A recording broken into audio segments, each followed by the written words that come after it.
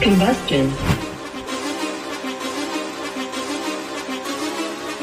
Whoa, whoa, whoa, whoa, whoa, whoa, whoa, whoa. They're running the game with my team making plays. Talking 80, my G's, wanting jewels in this place. Surrounded by dogs, keep the quarterback safe. I'm the one with the plans, they gon' do what I say. The game is not over, we don't celebrate in the end zone. We don't got no time in the wait. H-time run down, we don't premeditate. We just go and get to it, we got them on skates. If the game going to overtime, kicking the overdrive, we gon' be first at the finish line. Play looking full, but I finish mine. Can I get second? We gon' line up like it's dinner time. We put in work till we get us a ring. Super Bowl season, we running the scene. H-time the home of the realest that breathe. Keep your face down when you talk to the king.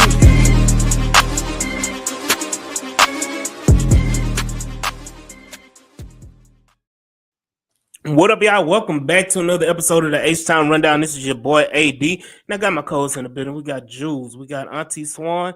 We got Mike G. How's everybody doing on this wonderful Wednesday evening? Hot. Hot as hell. Yep. Doing great. Didn't know it was that hot outside. Got in my truck going home from work, and it was 107. I said, oh, my God.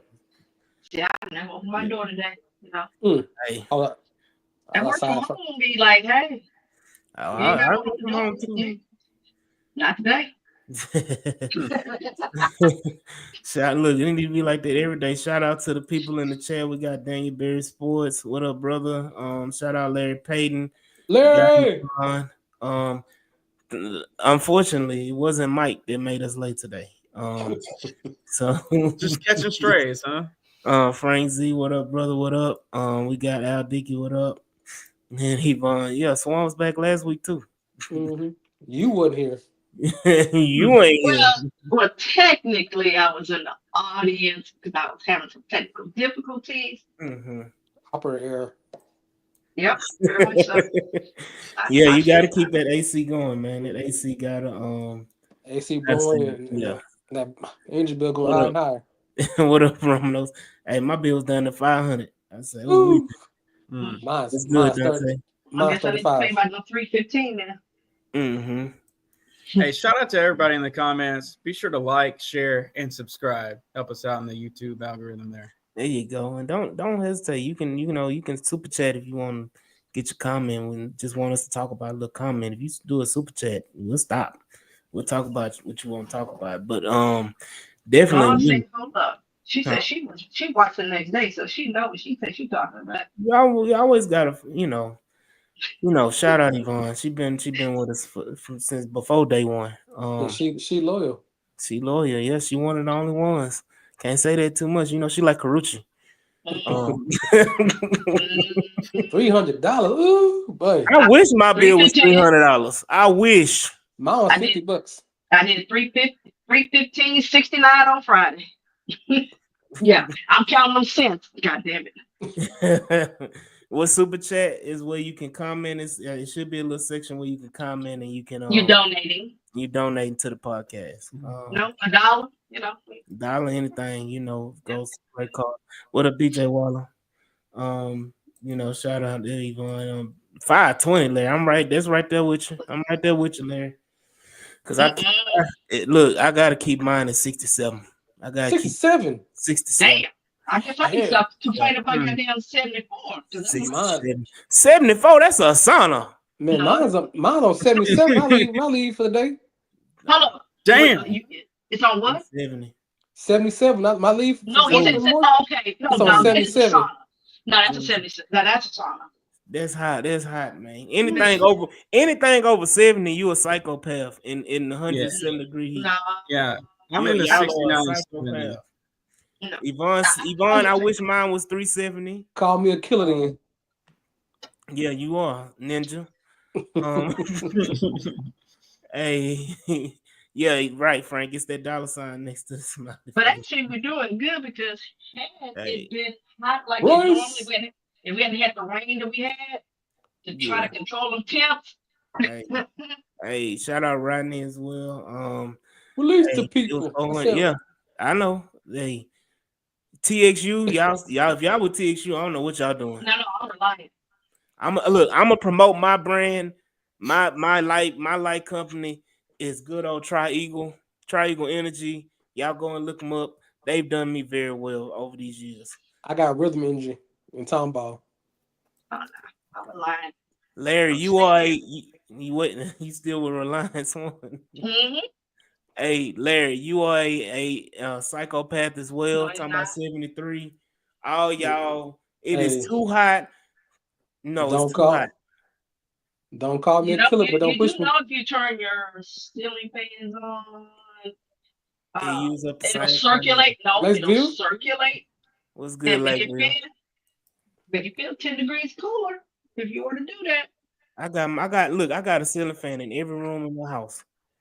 Literally, when they were building it, I made sure I had a ceiling fan in every room.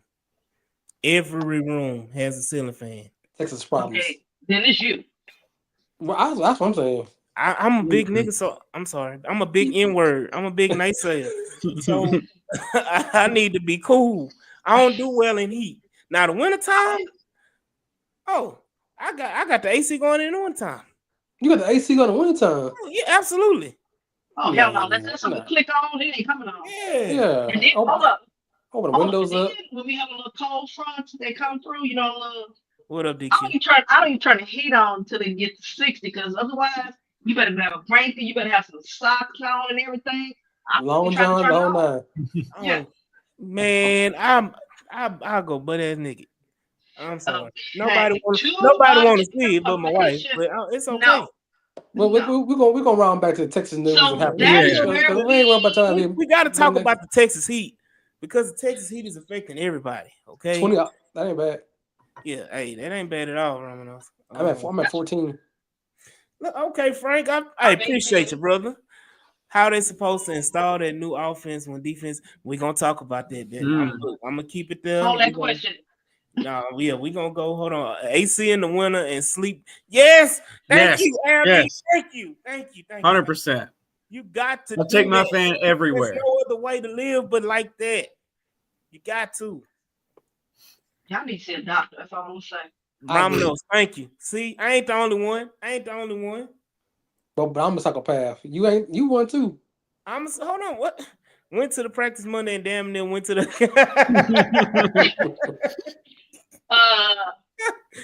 Vicky, you wouldn't have made it last year, because trust me. It was hotter last year than it was this year. Hold up. I thought I was having one of those. I was like, whoa, but you know, that Ultra Michelob cooled me off a little bit. Swan, you are a psychopath as well, drinking beer at 9 o'clock in the morning. I'm sorry. That's not beer, that's carbonated water. It's mineral water. If it got any alcohol, it really don't. I'm telling you. I mean, Alberto says he got 70 year round. I told y'all 67. If it get a little too cold, I may go up to 70. Even if it's 30 degrees outside, I may go to 70. I may. That's if I'm feeling generous. Because the bill when the AC on in the winter, you know, your bill be like less than $100. Right. And when you turn the heat on, that's when it go up. My heat don't come on. Let's under 50. Yep. Hey, I will say this, like Brandon said, because we got to get to Frank's question. Yeah, it seemed cooler this year than last year. It has been because of the rain. But and I will say this too, it's rained a lot this whole summer, so we haven't got the crazy heat on the regular. But definitely I'm expecting August to be hot as hell. So yeah. Man, I can't wait to hear that. Yeah. But definitely Houston Texans, man, had training camp. They put on the past Monday. Training camp was open to the fans on Saturday. We talked about it. We previewed it on Thursday last week, and we talked about what to expect and what we had already got since training camp had started. And you know, now the fans have been there. I think this is what day. Today was the fourth. No. Was it the fourth day straight that they had open to Day 4, day 6 of training camp. Day 6 of training camp. I thought it was day 7 of training camp and day 4 of open practice to the public, if I'm not mistaken. Yes, because it was Saturday, Monday, Tuesday, and today. That's 4 days. Yeah. So, Alberto say August is usually 100 all month long. I agree. I don't want to live anywhere else in the world. I can't say I can't say it. The Midwest is nice. The Midwest is It's nice and white. I would say no, thank you. why we gotta be racist? No, Black no, can't black people be factual. racist? Can black No, people are black people racist? no, we prejudiced, but we're not racist.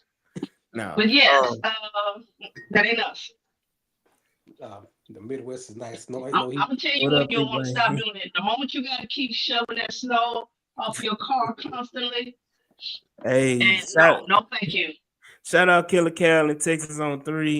He said the ACMI team will be freezing. Hey, I don't blame you, brother. But he's in a vehicle. I would understand. Man, I don't care. Y'all really think Nick getting slow? Nick Chubb? No. Where's this coming from? I'm you know where it's coming from. We're gonna talk about that in a second. Oh, I know who said it. Yeah, we know where it's coming from. I say his name.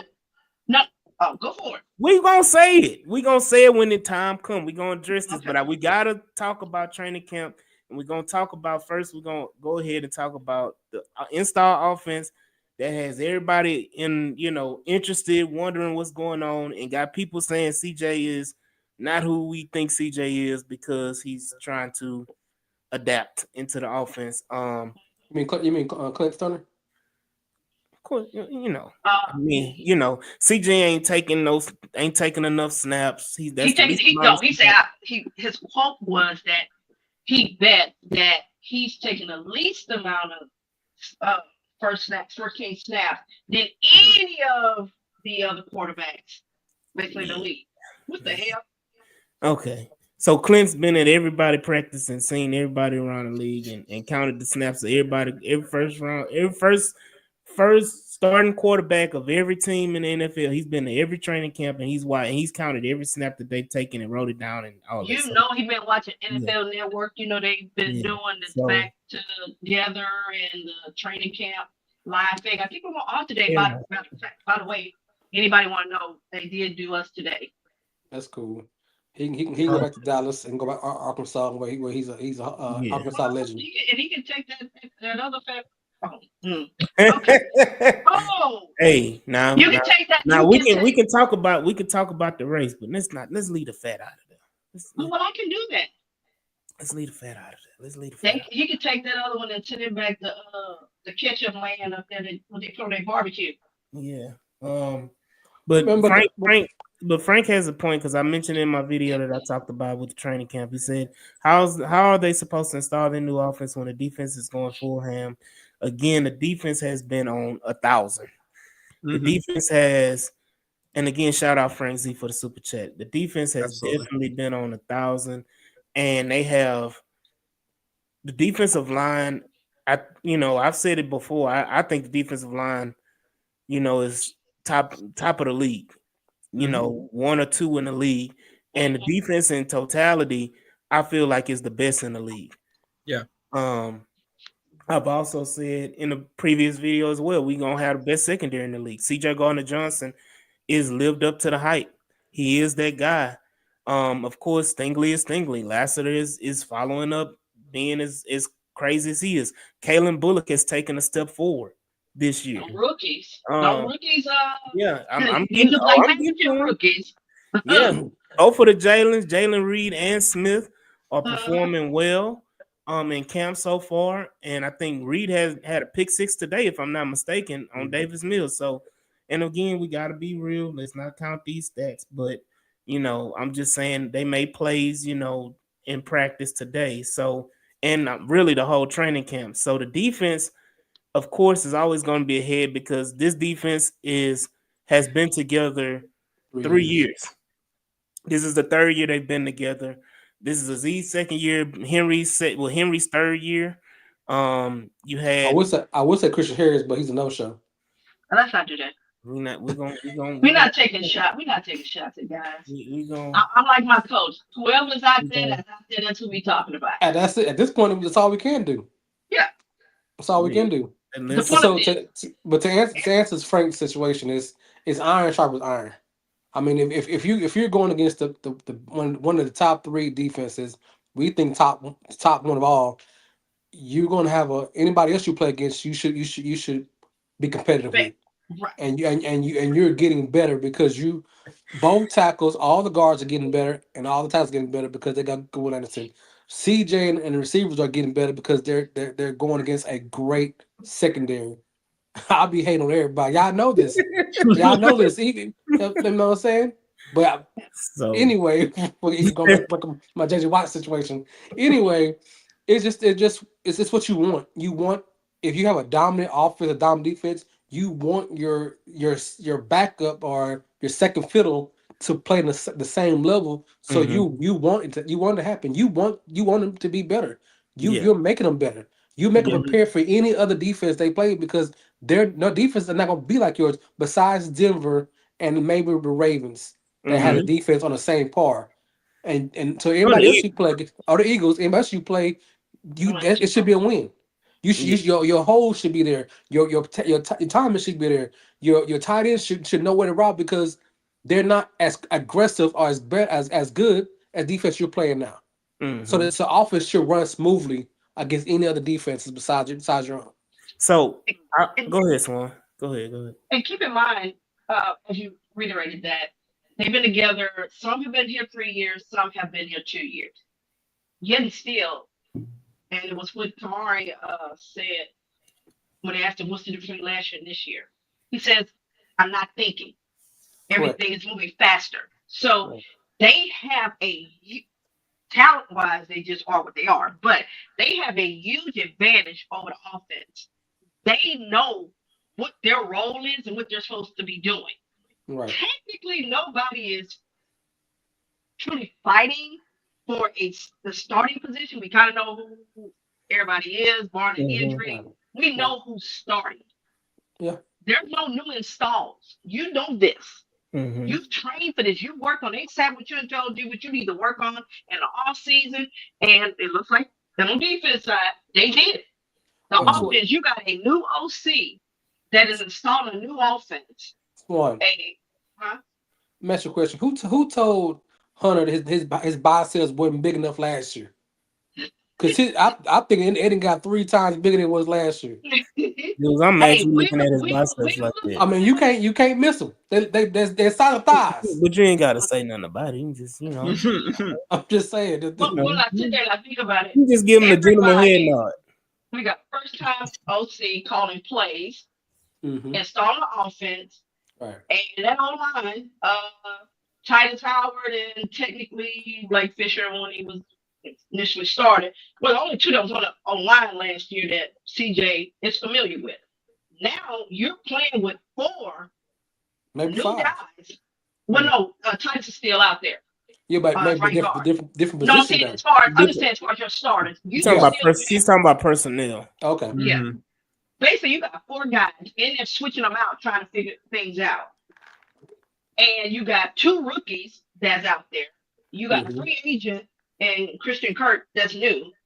Nico and Hutch and Mitch are your only ones. So, and then you got 2 new running backs out there. Yeah, I forgot. Yeah, so 3 runs. So you're expecting that they will come out and figure it out against this defense? No, I need them to struggle now because that gives Kaylee the opportunity to see what we're doing to them.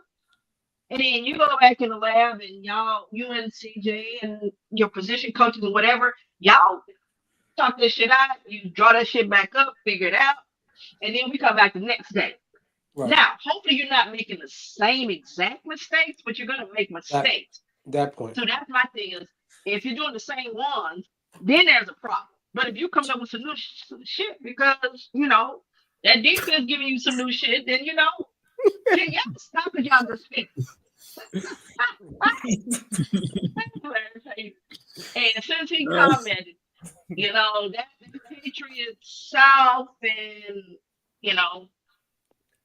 LA West, offense, hey, I saw some things. I'm telling you right now.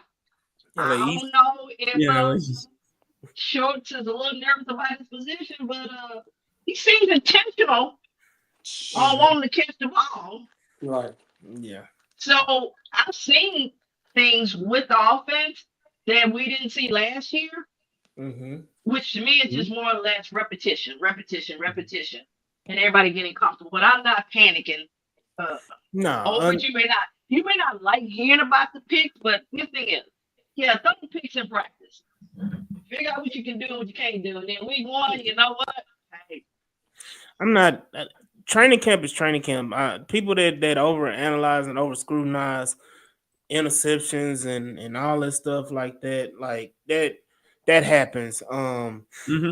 And go ahead, Tom Mike. I Savage. know you was gonna say something. Are Tom you there? Savage. You good? Who? You, Mike. You Oh, good? I mean, yeah. But I didn't want to cut you off midpoint like that. No, I mean, like Jules was saying, iron sharpens iron, and this is kind of a crash course for the offense. Like, aside from maybe Denver and Baltimore, like this is the toughest. Philly. Philly. I don't even think Philly, and they're not on the regular season schedule. So this is the toughest opponent that this offense is going to face. And Let me say this: Philly is on the schedule. Oh, well, not on the regular season schedule, and you're dealing with the Heat. So this is the toughest that the offense is going to face. I will say that one of the new fan favorites, and C.J. Gardner-Johnson, he had an interesting little presser earlier. He had to explain in PG terms what belt to ass meant. He's weird. Pretty amusing. He also described the wide receiver core as the Daytona 500. So, alluding to how much speed. He said this is the fastest wide receiver group he's ever seen. Let alone That's play saying with. something. That is saying something. So I'm optimistic with that. As long as Kaylee and company can get this O-line functioning well and communicating and picking up a stunt and picking up a twist. Which they have, because we saw a clip of Titus Howard cleaning Daniil Hunter. Right. Hold up. You're saying we had a right guard that picked up a stunt and a twist? Yes. So, Love to see it. Killer Cat say, no, that's some Macaulay Culkin did it. But I will say this: Larry Payton said defense is setting the standard, and the O better catch up. And then Frank Z said, realistically, is the offense moving the ball against the defense during camp? I will say this: from the beginning of camp to now, the offense has made significant strides in developing a chemistry, completing, making plays. I think, what was it, yesterday or day? Was it yesterday or yeah, it was yesterday when Dalton Schultz caught the, it was just either yesterday or Monday when Dalton Schultz caught the pass over Henry To'oTo'o in the end zone during red zone drills. And then also you've seen Nico Collins make plays. John Mechie has made plays. John Mechie has been, he had them few drops at the beginning and everybody wanted to crucify him and put him to the cross and say his career is over and that's it. He's made strides and he's making plays again, like the John Mechie I know. But let's be honest about it. If the 11 guys that might start in the season on day one against the Rams, none of them ain't really been in the same position or even on team from last year. There's only 2 guys that pretty much are guaranteed their spots. And I can put Joe Mixon into the situation, but he might be a little hurt. He's hurt right now. So in training camp, you only got 2 guys, maybe Schultz, that's going to start. But other than that, you got 9 guys fighting positions and battles to a situation to get better and a new system. So the offense should. I think Stone go, I mean, T1. I'm just saying, maybe TA1 would be, but I'm saying that's what I'm saying. We know for sure number 12 and number 7. Yeah, Everybody else and 71. Yeah, Titus. No, but at their original position last year. Oh, you talking about 7 and 7 and 12? Yeah. We know those 2. Everybody else is mixed match, and our new guys. Our new guys, new positions. Our new guys, new positions on new offense. So it shouldn't look as pristine as say the Ravens offense who've been together for 3 or 4 years, or the Right. Buffalo offense who've been together 3 or 4 years, or San Francisco offense been 3 or 4 years. It's a whole different crop of players at different positions and a different system. Mhm. Yeah. Give these time. Yep. Give these cats some time to jail. I mean, it's Mhm. what week one a training camp, Yeah. I mean, Yeah. they just completed week 1, so they right? We got to calm down a little bit. You got, we want to see all this stuff. You're not going to see a finished product until the end of the year. Yeah. You're not going to see a certified O line until maybe the third game of the preseason game. Yeah. Let And but these then let these yeah. guys let these guys So train. Let these guys learn. Let these guys jail. Just calm down, relax a little bit. so his, DQ Jacob Johnson is a fullback that they got from New England. Mm-hmm. Um, me personally, I don't need him to make the team. I'm cool without a fullback. What Um, about British Bulldog? I would rather keep British Brooks on and let him figure out running back. He had me nervous because he was out the what was it the first open practice on Saturday. He was out there working with Aziz doing linebacker drills. So I was like, oh Lord. We know fullbacks, linebackers interchangeable. So We I'm all the like, same Miles height. Jack. but are they trying to make him? They trying to make him a linebacker now? Hey, Okay, I don't know, but but yeah, go ahead, Swan. but fellas, what worse has been an improvement was goal line hmm where Mm-hmm. they had multiple touchdowns, Mm-hmm. which I mean I seen like a lot, but if we watch go back and watch them games where we see them there and they see them we kicking a field goal. So those things to me tells me you're progressing. There's the sense of improvement, and hmm it'll get there. But no, I'm not pushing the panic button not uh, close. on them simply because my defense is my defense. It is what it is. It would be giving fits to a whole bunch of other teams right now in practice that have been Correct. together long enough. But Mm-hmm. I know we all had this expectation. Bobby Slowick is gone, and Kaylee is here, and CJ is going to be in a better situation. We just looked at different things and just made the assumption coming out. Oh yeah, well one day that's fine. They should be clicking. To me, if they was beating the shit out of our defense, I'd be a little worried right now. Right. Yeah. So of course, we got to talk about the dreaded topic that I've been dreading that we just can't avoid. We got to talk about it every day, every week. Somebody gonna mention it. We're gonna talk about the offensive line. The offensive line. It just it hurts my heart because a lot of times people don't know what they are talking about or what they looking at. When it comes to the offensive line, people have all these crazy hot takes and this and that, and they really don't know what they looking at or what they talking about. But I'm not gonna judge you because everybody has their opinion. And DQ, here we go. You feel right? It's a Oh perfect my segue God. into Oh, what I wanted to oh. talk Oh about God. today is the offensive line. So we And throwing away a and I'm second I'm year guy? I'm so quiet. I no, ain't gonna so say. so I'm gonna tell you, and I said it pre-show. I'm gonna reiterate it again.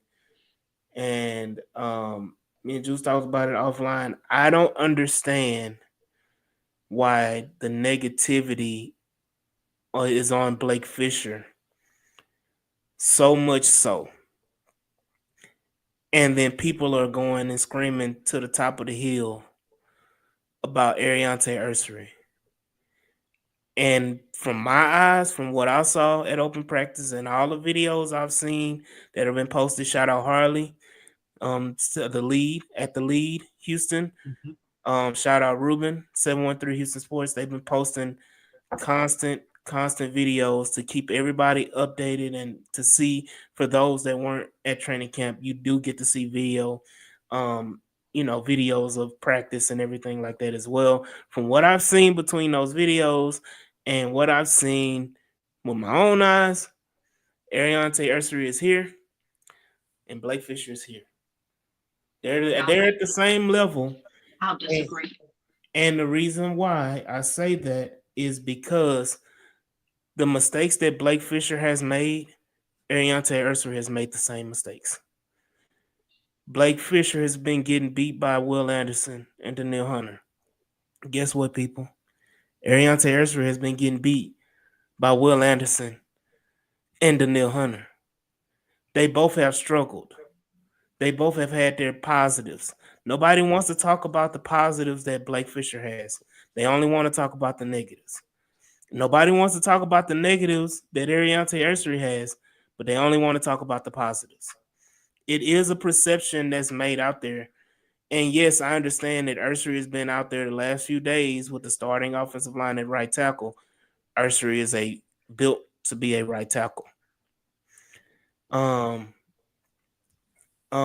then again, Stresson said it here. I can't say that I know Tay is head and shoulders above Fisher, just that he's gotten the reps. I think people unfairly dogpiling on Fisher, though. Easy to find a target to make their next Kenyon Green. The nature again, I will say this: Blake Fisher is a natural left tackle. He has a left tackle build, and that is his natural position that he's going to succeed at. Whereas Ursery is built like a right tackle. He's built like a road grader. He's 6'8", 360, doesn't have a lot of bend. He's very, very tall in pass pro. So again, to me, Blake Fisher is a right tackle. That's fine. I mean, not Blake Fisher. I'm sorry. Ariante Ursery is a right tackle. That's fine. I'm cool with that. That nobody's saying it, but I don't like that people have to be negative on one player to position or prop up another player. I know that Ursery is the flavor of the month. He's like Bluebell. When they come out with that new flavor, everybody be wanting to go try that Bluebell new flavor. And let me see what it's about. When they had the cookies and whatever, and they had the orange swirl that just came, all that stuff. Everybody want to go try it. Let me get just a little taste of it. Again, yes, Ursery. If Ursery beats Blake Fisher at the right tackle position, okay. He should. Because he's a right tackle. I mean, that's what it is. I would think that a natural right tackle would beat out a natural left tackle at a right tackle position battle. So again, just today, just for example, there was a clip that Harley put out where there was a tackle for loss. I think it was the first play of team reps. There was a tackle for loss by Will Anderson. Guess who Will Anderson beat like a dog? Ursery. Biggie. And nobody said a mumbling word. Nobody said nothing. Nobody mentioned it. Everybody just blase and just, okay. You know why? I know why. Go. I don't think they are equal. I think just my observation, and you talk about the size, because there is a difference in size. Yes.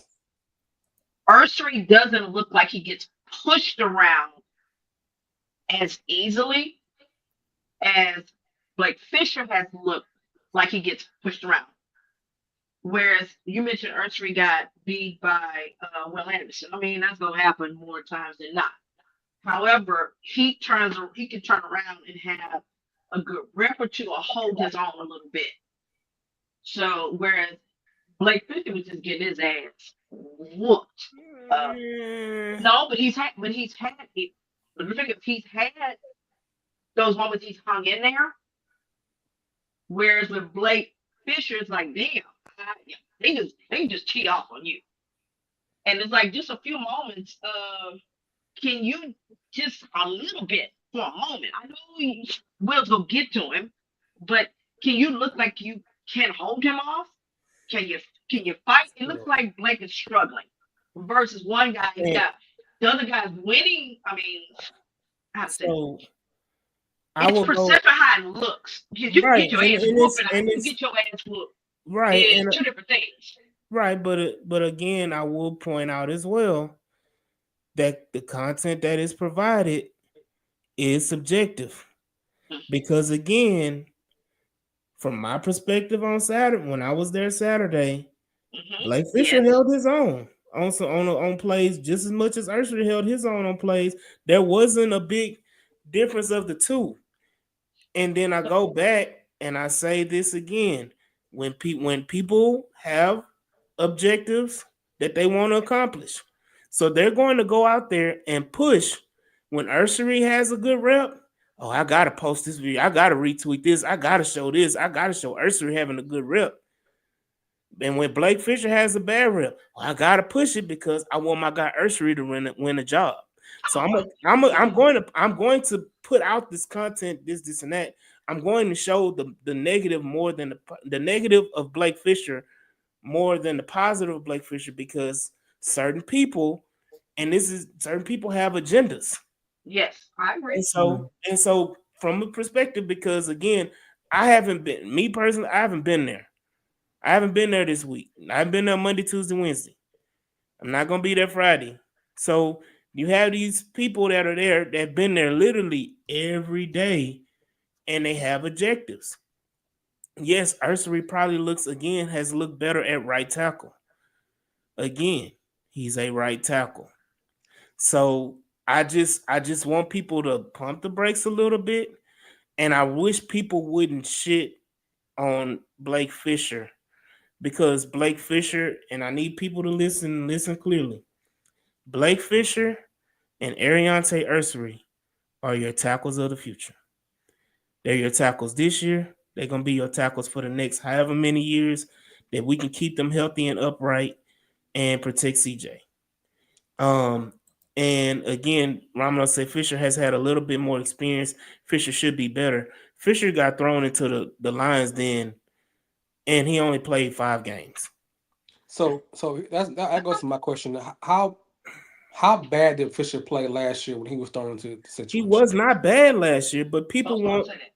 Mm-hmm. I don't know what compared to the O-line coach not coaching well, the system not coaching well, and dude didn't really play with the ones for most of the season. How bad did you do that? Not good coaching. I thought he held this on his own. I think the difference is if we didn't have the situation we have with the O-line where we feel like we got the best quarterback, but because he got sacked 52 times last year, everybody is somewhat oversensitive. Yeah, I'll say panic, because that's what it sounds like to me when I look on social media. Folks are in a panic because all you're thinking about is, oh my gosh, are we gonna ruin him? Is it gonna be another, Andrew Luck situation, or does he say, you know what, hey, I'm here to the end of my rookie contract, but I'm out of here. There is that PTSD that's there. That we got to get the O-line fixed, and we want that instant O-line fix. Not that it's going to be top 5, but we just need it to look like it is going to be serviceable. And the problem is we don't know who is going to start. So it creates impatient.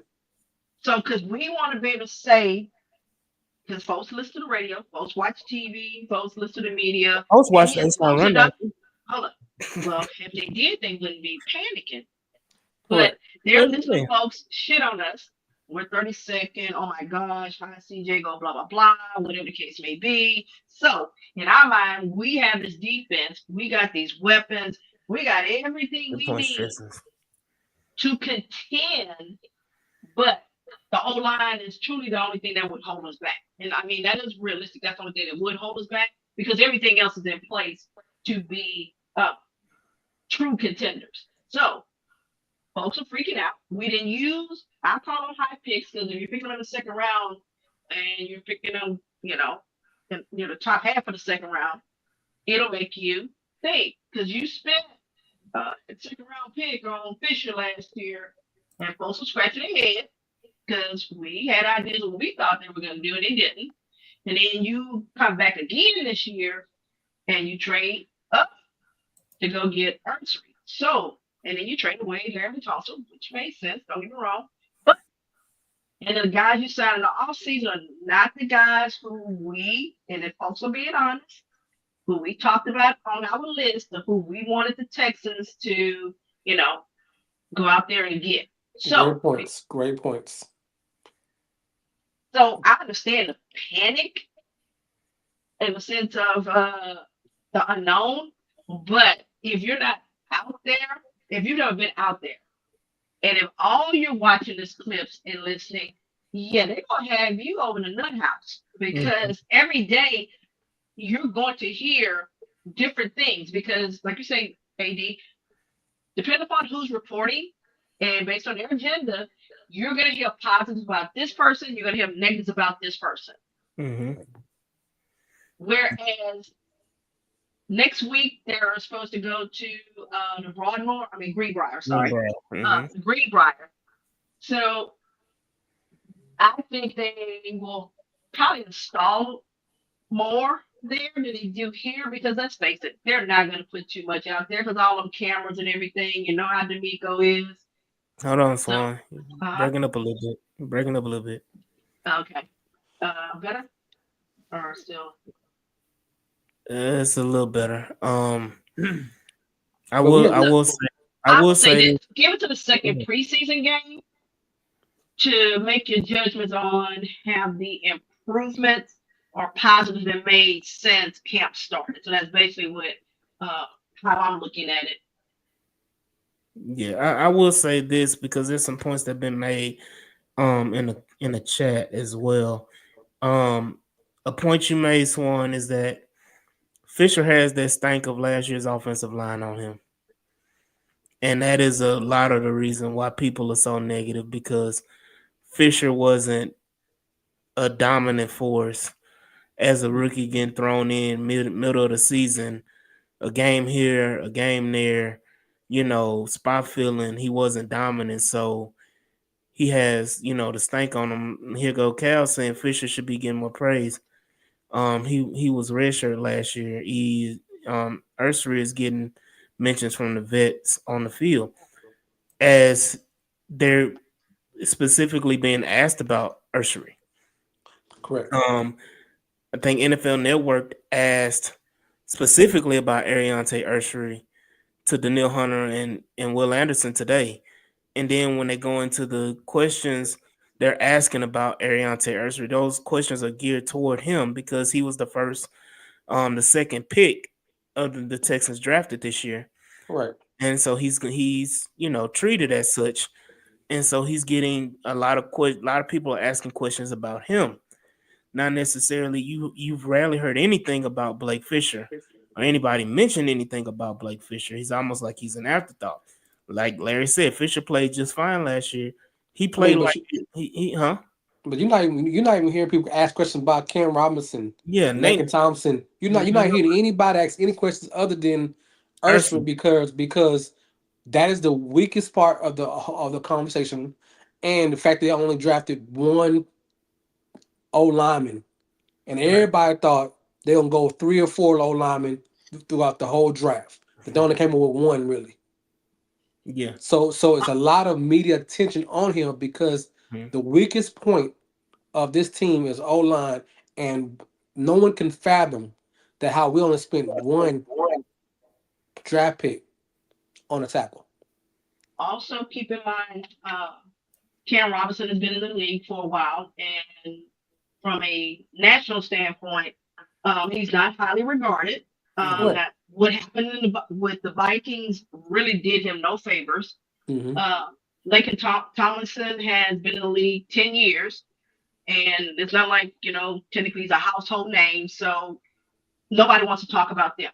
Whereas you got this, I think he was probably the fourth, fifth lineman that was listed. I think he was all Big Ten rated. So there are people who scouted him and think highly of him. And he, like you say, he's a new kid, a new shiny toy out there. Blake Fisher also, in addition to being a rookie, he was next to Shaq Mason. So that did him no favors. Look right here, Swan. Ronnie It Bryce did. said it. He said it right here. Fisher also didn't have the vest that we have now to take him under their wings. Also, As much as people want to talk about Larry Tunsil, and I know there are some people who say, yeah, Larry Tunsil was a great leader behind the scenes. Again, I ask you, Larry Tunsil been in the league, what, 8 years? mm-hmm. 8, 9 years. 10, What 10 years? almost 10. What lineman that has played next to Laremy Tunsil or on the line with Laremy Tunsil that has shown great success? Other than, and I'll give you one, and that is Titus Howard. And he's been according to Texan fans and some certain people, that's iffy. Right. Mm. Mhm. And so you go back, there has not been any lineman that Laremy Tunsil has played with that has shown great success. But yet he's a great mentor. He's a great this and that behind the scenes. But yet there have been countless rookies and countless young players that have played next to Laremy Tunsil and have not developed. Where you want to say, yeah, that's the coach's job, that's this, and that. This year we see Cam Robinson, we see Lincoln Tomlinson, we see Titus Howard taking these guys and showing true leadership and get rallying these guys and holding everybody accountable, whether that is a testament to Popovich or whatever, that is lighting a fire under everybody's ass. Again, you are seeing a difference in culture with the offensive line. You are seeing a difference in accountability with the offensive line. And of course, and because of that, with the veterans, you're going to see that kind of growth from the younger players, specifically Ariante Ursery. So, Also relates to that. Um, Popovich had them doing push-ups. So, mhm, he's doing it. Now they do have this issue that they do need to work on, and that's that false start because they were still doing it. Uh, and Blake Fisher had, a couple of mhm, those, but over the last couple of days, they still need to work on that. Would you expect that? mhm. The other thing I do see that was different uh, than last year with the defense because you saw Will Anderson working with Ursery one-on-one after practice. Mhm. So I don't know if that's Ursery that came to him or if it was Will that came to him. But the point of it is you're receptive to it. Yeah. So I don't know with Blake Fisher if that's something that he has, I taken think advantage of. he was doing that. So this is the thing. He was doing that like the same stuff again. He was a part of that last year. Like I remember seeing Blake Fisher working with No, not Will this year. Anderson. I'm saying this No, year. no, no. I know. I'm just saying that the same moment that Blake Fisher, that Ursery has had, and everybody highlighted that he worked out, after practice with Will Anderson and Daniil Hunter, whoever. Like that was Blake Fisher last year, but nobody said a word about it. Nobody, because at the time, nobody even considered Blake Fisher to even play because everybody just assumed that the tackles were going to be Titus Howard and Laremy Tunsil. So nobody paid any mind. Blake Fisher was an afterthought. People was Yeah. like, well, he's just going to be our swing tackle. But Now that Yeah. you also, have an open spot on that side, things like that are going to be highlighted. And then I do want to go back to a few comments, and then we let Jules go. Stresser said, as someone who posts a lot of these clips, I'll admit most of these guys will praise others regardless. Exactly. And then he said, flip side example was Darius Henderson getting asked about a couple times and getting hyped up, and he's not even getting snaps. He's barely. I agree. I think he took I when I forgot went about him. Saturday. And see, when we went Saturday, this one I swear I think Ladarius Henderson maybe took like 3 or 4 snaps in team reps. And then again, Larry Payne said, "O-line got to prove it every snap, series, and game." I agree. Again, I said I'm not banking on anything with the offensive line, and I think I said it previous when we, a couple episodes ago. Like I'm not my benchmark is like the second preseason game. Yep. Second preseason game, I'm not taking anything serious. Again, I'm really not. And I will say this: everybody want to talk about offensive line look bad here and there. There's only one lineman that I think, and I saw somebody, shout out Mr. Optimistic. He posted his depth chart and he had this guy on his depth chart. And I said, brother, you ain't been paying attention because there's no way in hell I would have this man on this roster, and that is Zach Thomas. Zach Thomas has been getting abused, baptized. I feel like he was getting treated like Leonardo. What was that? Them white men in Django when Yeah, Jamie Foxx got the whip. And Candyland. yeah, he. I felt like he was getting abused like he was in Candyland. He was one of them white men that was getting beat by Jamie Foxx. And the worst. Calvin. He got literally Saturday. He had got literally picked up and slammed to the ground by Daniil Hunter. Mm-hmm. Like I don't think even though it was shirts and shorts, the fact that you literally picked this man up off his feet was in the air. Yeah, flailing and everything. Yeah, just I mean, yeah, he need to go. In fairness, Daniil Hunter is an alien, but I don't care. That should not happen at training camp. Your pride should over. I don't give a damn if he bench 1,000. I ain't letting you pick me up off the ground. I will turtle roll your ass before I let you pick me up off the ground. I'm sorry. I will snatch your helmet before I let you pick me up off the ground. I'm not doing. You're not about to do me like that. Nah, I'm a grown ass man. I'm sorry. And then they let him talk about Calvin. but again, like the offensive line is a fluid topic that I think that we have to be patient. I think that we have to let everything play out.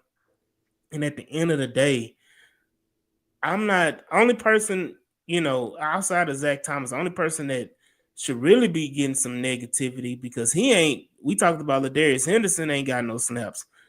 Juice Scruggs has not gotten a lot of snaps as well. And that doesn't bode well for Juice. And we will see how it would play out, but we have to be a little patient. Like I'm saying, I got to follow my own words. We have to be patient with it, and we have to let it play out. But again, this offensive line is a fluid situation, and we have to be positive on everyone. Like you should want Blake Fisher to be great. I want Scruggs to actually see playing time. I want Scruggs to be, here we go. See, this is exactly what I'm talking about. Scruggs is not trash. Y'all sit up here and y'all talking shit about him, but then Scruggs get in the game, he play well, and then you're gonna be turncoat, and you're gonna be like, yeah, Scruggs. No. Go ahead, Mike. AD, that's kind of rich coming from you, right? You come on, you know where this is going. Because for the longest time with Henry Toto, I never said Henry was trash. You changed his name to No. I never. You implied it on, boy. You implied it on, boy. I will say this, and it's on record. We have these are recorded episodes. You can go back on the last 2 years. I've never said that Henry Toto was a bad player. I never said with the nickname. I never said he was trash. I never said he was ass. I never said he was bad. You implied it. Those words never came out of my mouth. I've never uttered those words. You can ask them. I need somebody coming up with nicknames. Pull the clip. Pull the receipts. Pull the footage. No. If the glove don't fit it, you must. I'm him to Noah. He the last person I want to see on that field. Did I say he was trash? Okay, if you're coming to do Noah, and you say you don't want to see him on the field. It was a play on his name, a play of words on his name. Right, yeah. And again, I told y'all it was steady motivation. Because guess what? Right. That's my point. He heard me call him Noah, and he took it personal. Oh, that's what see. If that's the case, you got to start working on these nicknames for these lines. See, look at Evac say, come on, AD, stand on what you said. Come on now. We're a reputable, podcast. That is a lie. Oh, God, girl. That is a lie. It's not a lie. It's not a lie. Come on, AD. I back you on 85%. You believe it. Yeah, that's not We're not going to roll with that conversation. We're not even going to let you slide. You But drag him but with there's these things. but there's another position that we can talk about that's just getting another overhyper or we're not giving enough time to, and that's the running back room. Yep. Mhm. Oh Lord. Talk about it, because your boy, Cody Stoots. Oh, and starting Cody up. Stoots got personal. Right. He said that Nick Chubb was slow, and Nick Chubb looked horrible. And we made the biggest mistake by signing Nick Chubb instead of signing J.K. Dobbins. Dude that can't just stay hurt all the Who time. this is hurt. No, This is no, hurt. no, Hurting Both him of them are twice. hurt. Both of them are Excuse hurt. me. No, Both no. of them. He the bionic man because every part of his leg. And bro. DQ, So yes, Achilles, that's what Stu ACL, said. ankle straps. Verbatim. That's what Stu said, DQ. and like I was telling AD on offline is you have a new O line, new system, and how often a vet running back is gonna go 100% in training camp. Mhm. There- There's But even that, Jules, at the time, it was shirts and shorts. You can't tackle. You can't you really do you nothing. you, you you're not running full speed into a lineman with no shoulder pads. You're not you finding a hole and having your O line open up holes is more important than explosiveness on the first week of His eyes training camp.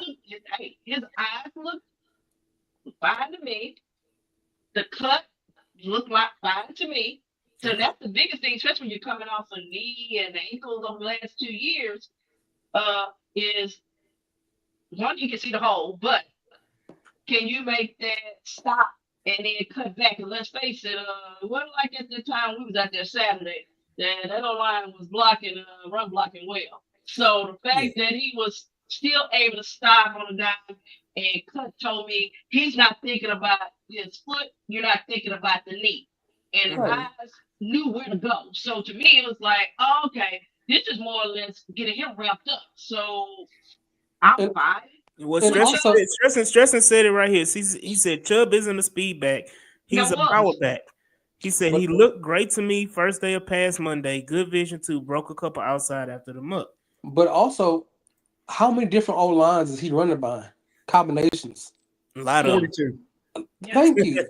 them. I mean, so what do you expect any back to be? And I know Cody, he's been to more training camps.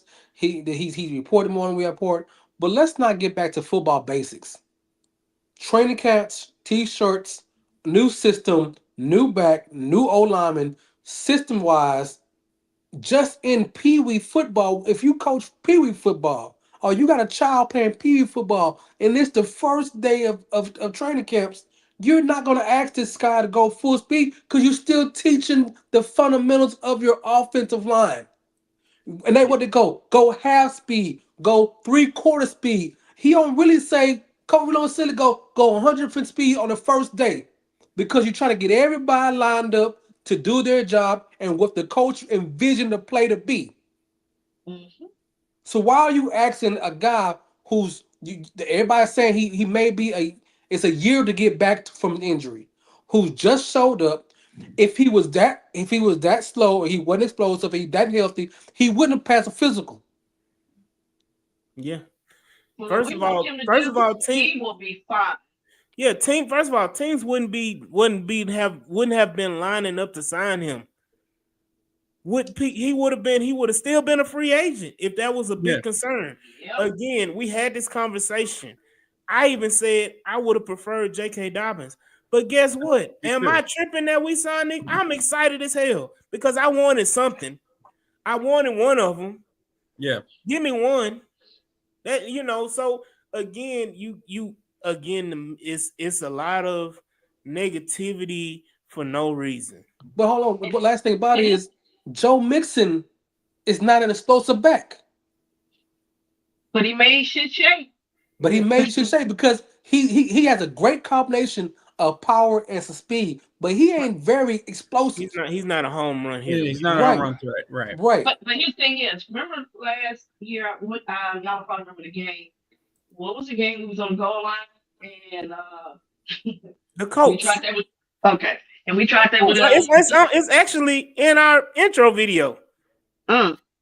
Where you talking about the one where he dragged like 2 or 3 coats and slammed them? No. We was trying. We were saying, hey, they couldn't convert with the run game. I have to find it. I know somebody probably knows, but that's where to me I'm in that 10-yard range.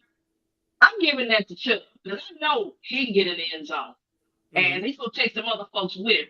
Versus, I need you to bounce it outside, or I need you to create a big hole. I just need you to get a push, and I can do the rest. And we saw Chubb do that throughout his career. And if I'm on the 5-yard line, I damn sure know I'm getting in the end zone with him. Because guess what? If I throw him and mix him back there, you got to figure out which one. Exactly. And you can do a lot of different things. And I think that's the danger part about it is that when you okay, I will say this last year.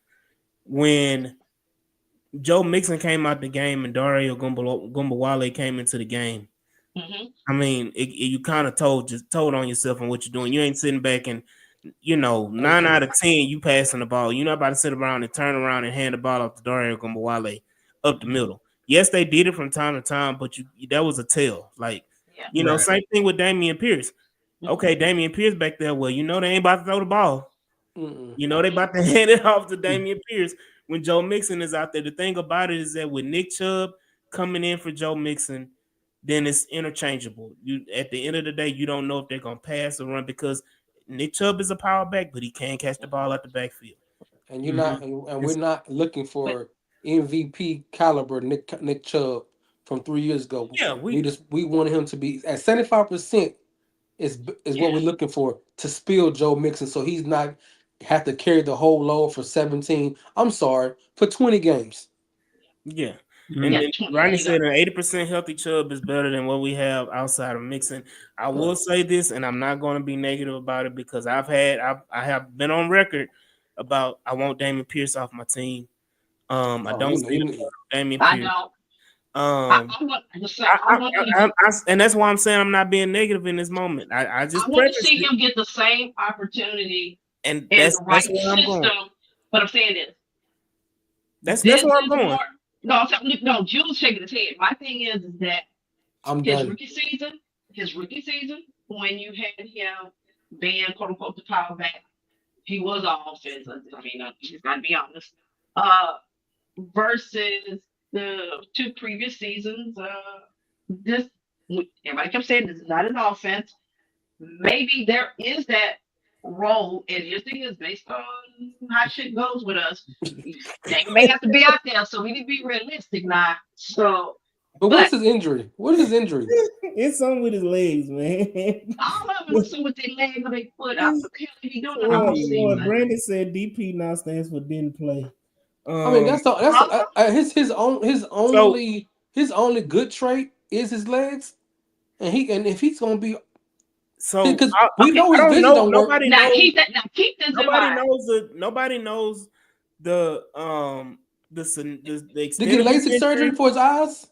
Anyway, let me get to the point. Let me get to the point I was trying to make. Because I'm not trying to go down it. Like I said, I'm not trying to be negative because I just went on a whole diatribe about not being negative on the player. I mean, look, he's been hurt for years. So he's been pigeon-toed for years. Again, I'm gonna say this. I honestly feel horrible for Dameon Pierce because he is not out there getting the valuable reps that he needs. Correct. He needs to be out there getting those reps, regardless of course, it's just training camp practice reps, but he needs to be out there. And for what I've heard and what I've seen between Aaron Wilson and whoever else has been reporting, Dameon Pierce likely won't see Dameon Pierce probably towards the end of the training camp, the 3rd preseason game. That's not good. That's not a benefit. That's not a benefit. That's not a benefit for Dameon Pierce. It doesn't. No. However, one, how does D'Amico see him? We can say whatever we want, but I don't even think it's D'Amico. I think is how does Kaylee see him? Because but I'm saying ultimately, D'Amico has to make that decision. I know he's taking his feedback. I'm saying it. If you think he has contribution and he has that swarm, quote unquote, mentality, if he comes in, say, preseason game 3, and he looks good, decent, whatever you want to call it, average, I can see where they may not let him go. We don't know what the deal is with Mixon. They say, according to Aaron Wilson and so forth, that is not what folks are making it out to be, and blah blah blah. But we'll see. But I don't have a problem giving Damian. I don't have a problem even with Mitchie, even though we can say they're in their 4th season and so forth. We have had OC that didn't know how to use Mitchie. Well, what they say, okay. I ain't say it. I want to see the guys offensively that are on the bubble in Kaylee's offense. Because at that point, I can say, okay, it's not the offense. It is you, or you just need to change your scenery. Versus if we're giving everybody else, you know, I won't say excuse, but you know, I got 2 points. I got 2 points. One, go ahead and say your points because I want to get to these comments. Okay, one point is Devin Singletary came in here and ran for 900 points. Then the next year, Joe Mixon came in and ran for 1,200 points. Points? Yards, whatever. Yeah, yards, whatever. I wish. And the situation is, either you got talent, you don't. But but the scheme does play a factor. I mean, they both fit. So, but with the opportunity he got now, we have most fans have overglorified his big runs. Oh, he ran for 98 yards, 55 yards touchdowns. But what about the yards, the other carries he got when he was getting knocked back, and when the hole was there, and he just didn't have the talent to make cutback? He did better. He did better last year than he did the previous year. He did because his total yards, the biggest game everybody talk about was his Tennessee Titan game. If you knock away that 98 yards and as many carries he got, that's not a good average against a team that didn't want to win because they had the number 1 pick. Mm-hmm. So he don't have the talent, and then I don't know. I'm just it's at some point you just have to say he's either good or no, he's not good. Well, again, I think we're arguing about you're arguing about RB3, RB4. Yeah, I think I would say 4 because I think he got 3. Yeah, right. I think what not, it is he's a fan favorite from what he provided that first year with Cully. And when we had the Angry Run Award. Yeah, the Angry Run Award, and we didn't have any offense at all, and he was the only bright spot. He was offense. Right. He was. That's what I'm saying. That's what I'm saying. He was the potpourri on a big pile of shit. I guess what I'm seeing is that if with what's his name, Cully, and who was the OC at the time? The same OC he had for 2 years. Tim Kelly? No, because Pep came next year. No, Pep was with Lovey. He wasn't the OC, he was the quarterback coach the first year. I can't remember who the OC was. See, that's how you talking about what's his name? Black man. No, wasn't Bill O'Brien's homeboy? No, Tim Kelly. Pep Hamilton. That's why I said Pep Hamilton. No, Pep was the second year. Because it was with Tim Kelly. So Tim Kelly again. Pep Hamilton was there both years. Tim Kelly was the OC that first year with Cully. Okay, my thing was that which was a different OC. Really was he hadn't been an OC before. My thing is that if Kaylee is a better OC than Pep Hamilton, and we don't know that yet. We don't know that for sure yet. Really don't. We did. Hold on, Swan. And for your argument's sake, trying to say hold on, Jules. Hold on. We did this same thing. We did the same thing with Bobby Slowick. Let me do this. I'll say it this way. I'm gonna use what you do. In my opinion, Swan's opinion. And I'm going based on when I look at the operation of practice. It does look better as far as the operation of practice. And I at least got to start there. Okay, Larry Payton and everybody got it right. DP came in Lovey year. Oh, he did? Yeah, DP came in Lovey year. I don't know why I thought he came Again, the year before. Yep, that was his rookie he year. came. You're right. So He Pep was Hamilton, you're yeah. right. You're right. So Thank you. okay, So Pep Hamilton's offense system fits DP. Right. Yeah. But it was what? Gap, power run. And he But no, see, his rookie year. You went to a zone these past 2 years and he looked good.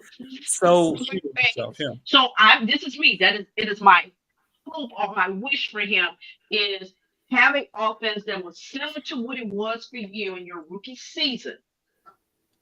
And let me see, based on a better quarterback, based on their weapons, based on you are not RB1, okay, that you can make that contribution.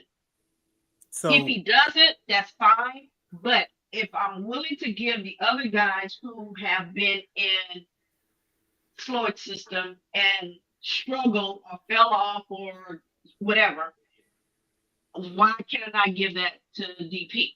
What I'm saying is that my whole point is that I'm not saying he shouldn't or he can't. I'm just saying right now it's a disservice to him. The injury is a disservice to him right now because he's not out there.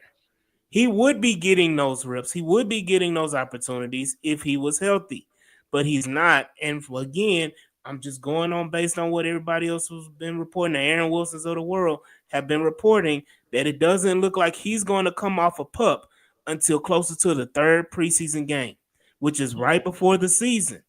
And him trying to get reps in, I know he's been in the meeting rooms and all this stuff like that, but getting those reps out there trying to learn the offense, just like CJ and everybody else is trying to learn a new offense, it doesn't bode well for Dameon Pierce. And it doesn't, and it makes it worse that because we haven't talked about it, and we probably talk about it another time because I don't want to keep going on and on.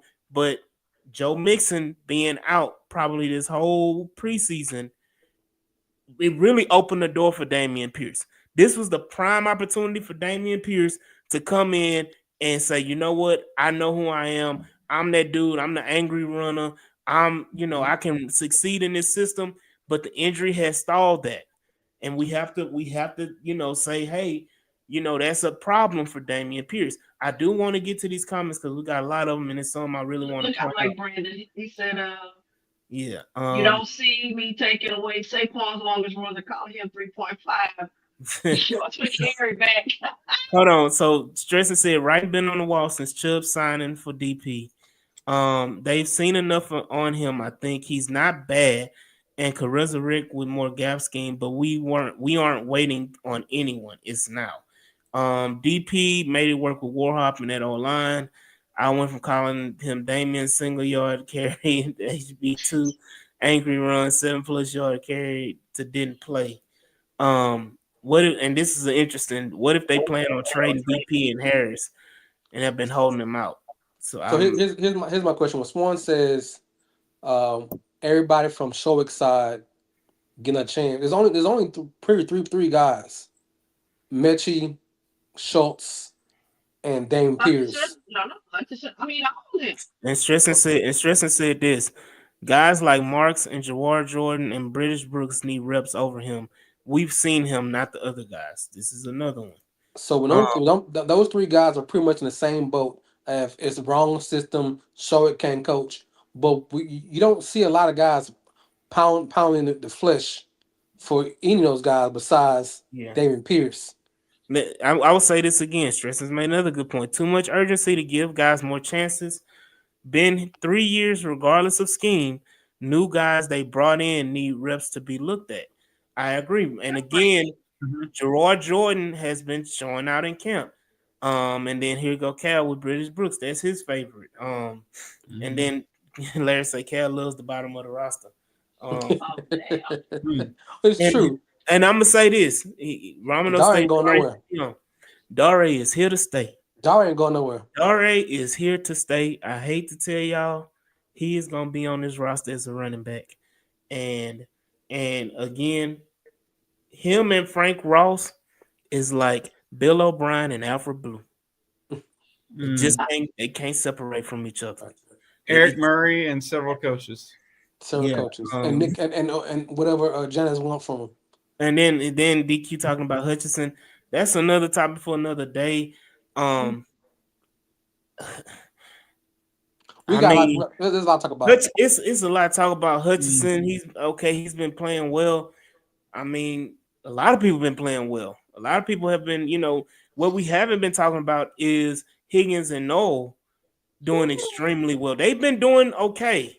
But I'm saying the rave reviews we were getting from them in mini camp, we are not getting those same rave reviews from them in training camp. I will say that Christian Kirk has stepped up. John Mechie has done a great job. Now you're hearing Xavier Hutchinson. I honestly think those are your six. Nico Kirk, Noel Higgins, Mechie Hutch. Those are your six. Yeah. You got three of the same on each side. You got three Nicos and you got three Christian Kirks. You might keep seven because Joe Noel might be doing a lot more kick returns. Noel is your six, Jules. Yeah, why would you do a seven? Yeah, he's taking a roster. I just named Noel. You mean Barrios? I think Barrios or the other guy. No. What's the one Kansas City guy? Definitely not him. No. Oh, Justin Watson. No. No. He runs wind sprints. Like he's not a special teamer. Dudes, he averaged 5 yards carry minus the long run, 39 carries for 201 yards equals 5 yards a carry. 39 on 39. Come on, stop it. Okay, hold up. Okay. There's a lot of comments. Was it Cavalier Payne that fell in love with what was that the kick returner name that we wanted to get rid of? Killer Cal, come on, you gotta let things go, man. Last year, who was doing returns? Sims. Oh, Steven Sims. Sims. Yeah. Whose one was that? Larry hated Steven Sims. No. I'm sorry. Larry loves Steven Sims. Yeah. Okay. I want to make sure for So again, Stress said Casario name drop Dare as an example of a good character guy and hard worker. Unasked. Yeah, he gonna be on the team. Yeah. Barrios as a 7th kickoff returner. That was my point. That was my point. No, that was my point. I can see it. Right now, if you watched on Saturday, I wasn't there Monday or Tuesday, obviously today, but if you watched Saturday, that's Noel's job back there. I'm gonna say this. That's how they gonna get him on the field. I'm gonna say I understand the Barrios point about that. I'm gonna say this to counter stressings. If Watson's going to take a spot over anybody in the wide receiver room because of special teams, it's Xavier Hutchinson, not John Mechie. Yeah. It's Xavier Hutchinson. So if you're going to say Watson's going to make this roster because of special teams, what the hell you think Xavier Hutchinson is? That's exactly what Xavier Hutchinson has been, is a special teams player and a special teams demon. And if Watson is a better special teams player, he's going to make the roster over Hutchinson. If that's your point. And again, I'm not going to sit up here and say my wide receiver 5 and wide receiver 6 are strictly my special teams guys. One going to be on kickoff return, punt return, and as far as the gunners, and the other one is going to be my returner. I'm not doing that. Because one, Nico Collins has gotten injured every year of his career.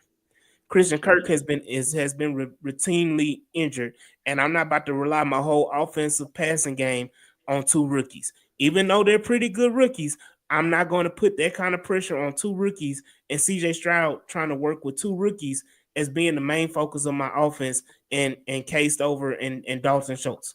That's why you keep 7. And again, I'm okay. Then that means you're going to cut a tight end. That means Luke Lachey making this roster. No, that's what I'm saying is to me. Or DP making roster.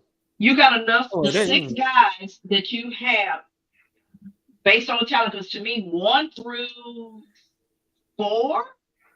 Because you got Nico, Hurt, Higgins, Noel.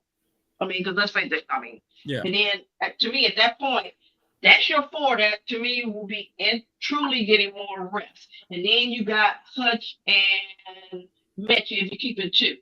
They will get in the game. To me, that should be enough. I think you keep. I think you, huh? No, I but think you keep 7 because that's why I said I think I mean, 7. again, no, to me, I think you keep 6 because guess what? 3 of the guys of the 6 can do returns. Noel can do returns. Kirk can't go there. I mean, they had him out there. That's what he did. Kirk is a returner as well. Right. So. And then technically, Mitchie can do it. So, so to me, that's 3 guys that I can use on punt and kickoff. I'm not stuck with one. So I don't need to keep an extra guy just for punt returns because the way we get hurt and have to make adjustments, to me, I need folks that I can plug and play immediately and that truly are developing that real chemistry with CJ. So I will say that's a good point why you have 7 because you can't come when you come practice squad because somebody might sign them. Right. So I'm gonna say this. Because Stresson's brought up a point about Watson. Yes, you can value Watson. I'm gonna leave it up there. You can value Watson and you can, have a good feeling about Watson. If that's the case, it's either him or Barrios. It's one of the two. You're not keeping both of them. No. You're not keeping both because I can tell you this. We're gonna carry 9. Huh? We're gonna carry 9. I would take Barrios over Justin Watson. That's what I'm saying. It's one of the other. I don't see the Texans carrying both of them. Justin Watson has basically truly been injury prone. Does not have lived up to since he's been in the league. Barrios, we have seen produce. Barrios, and again, how many years has it been since we've seen a truly productive? People want to say, well, he was a Pro Bowl returner. How many years ago was that? That was at least 2 or 3 years ago, right? Yeah, we know he still can play slot. We know he can still and I understand that part. My point is, if it comes to numbers game, the numbers game. And when you say, okay, I want to keep you keeping either one of them for special teams. But I can tell you right now, Christian Kirk and Jalen Noel as your returners, I would take that all day, every day. No, and this is crazy to me, but it's crazy to me and for me that I believe I have more faith in Jalen Noel as a punt returner and kick returner than I do Braxton Berrios right now. I know the name sounds great, but the play, there's a reason. I will say this. If Berrios was that much of a factor, even as a special teams returner, he would be on somebody's route. He would be in Miami right now, right? Look at all the great content we have for next couple of weeks. Oh, there's a lot of movements. Watching Noel, that dude is fast. Maybe. Huh? Sorry, go ahead. Oh, I think you said maybe. No, maybe. Stretch put a thesis out here. I think a lot of Mechie struggles outside of drops is the mental side. Seems to not read a defense well and not good at the adjusting. We saw the miscommunication last year on interception. A lot more of that in this. I'm sorry, miscommunication last year on. I guess he's saying intermediate. A lot more of that in this offense. No, I think it's the intermediate. Some guys just never grasp that side. I'm gonna say this as well. We cannot rely on anything that Bobby Slowick has had and deal with his offense. When you talk about communication, Bobby Slowick has had horrible communication. Ghost mode. Not just with the offensive line, across the whole offense. So if you putting miscommunication on Mechie, I put it on Bobby Slowick. Got Wills. Also, they've complimented this offense and the route concepts. They say are better. We'll see, but we'll have a conversation with Stresson. We'll have a conversation with Stresson pretty soon. Yeah. we gonna have to invite you on to the show pretty soon because we want to have a conversation Yeah, with but you, homeboy, far pretty okay, soon. far out pro, but why is he out there? So Why this was he out there? so this is a whole nother point, Swan, Jules, and Mike, that Emac has just brought up that nobody's talking about. Oh yeah. Also, keep in mind Tank Dell could possibly come back this season. Yeah, That I haven't brought that up, but I hope Kirk doesn't has an amazing year. But I think he would probably be the one, right? Because if we expect Higgins and Noel to do well this year in some type of role, Mm-hmm. and with all these guys coming up for contract extensions, money's going to be a little tight. Now, if Kirk has an amazing year and wants to take a home, or not even a hometown discount, but wants to return to a team that just won the Super Bowl, then Mhm. okay. But if he's I'm like, not. no, I I'm would not, love. I would I'm not love worried for about Christian. Tank Dell. Yeah, I'm not. I would love for Christian Kirk, and I think we're talking about just this year specifically. Like, if you're gonna have a guy, let's say we keep 7, right? sure, Which one are you gonna be able to easily cut if Tank Dell returns? Barrios, assuming or Barrios. Watson, right? Watson, right? Man, That's I'm what I'm not. saying. Don't even. Don't. I'm not even. I'm not even worried about Tank Dell right now. Well, Well, he right. should be. I'm. well, I'm. well, I'm as when it, back burner, rightfully, but- rightfully so, Not when the with rightfully. ball when the not ball rolls out, worried. I'm rolling my 53. And I'm gonna tell you this again. And I said it before, and I'm gonna say it again.